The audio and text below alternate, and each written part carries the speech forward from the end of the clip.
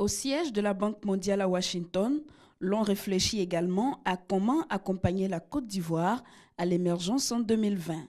Et les nouvelles sont bonnes, une nouvelle stratégie est en préparation et contrairement à la précédente, elle prend en compte cette ambition, a dit Ousmane Diagana, le représentant de l'institution financière en Côte d'Ivoire, à la délégation conduite par le Premier ministre Daniel Kablan-Duncan.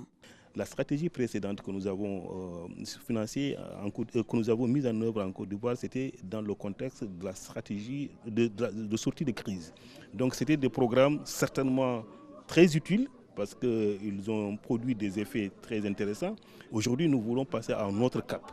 Donc à travers des projets structurants, totalement alignés avec l'objectif d'émergence. C'est ça qui va créer davantage de richesses et surtout beaucoup de possibilités aussi, à la fois pour les jeunes, mais également pour le secteur privé. Pour le volet financement de la nouvelle stratégie, 3 agences sont en vue.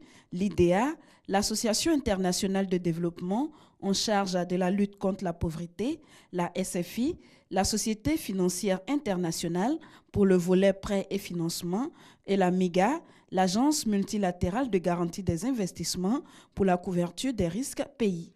Cette nouvelle stratégie devra être remise au conseil d'administration de la Banque mondiale fin septembre. Mais avant, cette instance a déjà approuvé 2 projets, a révélé Ousmane Diagana.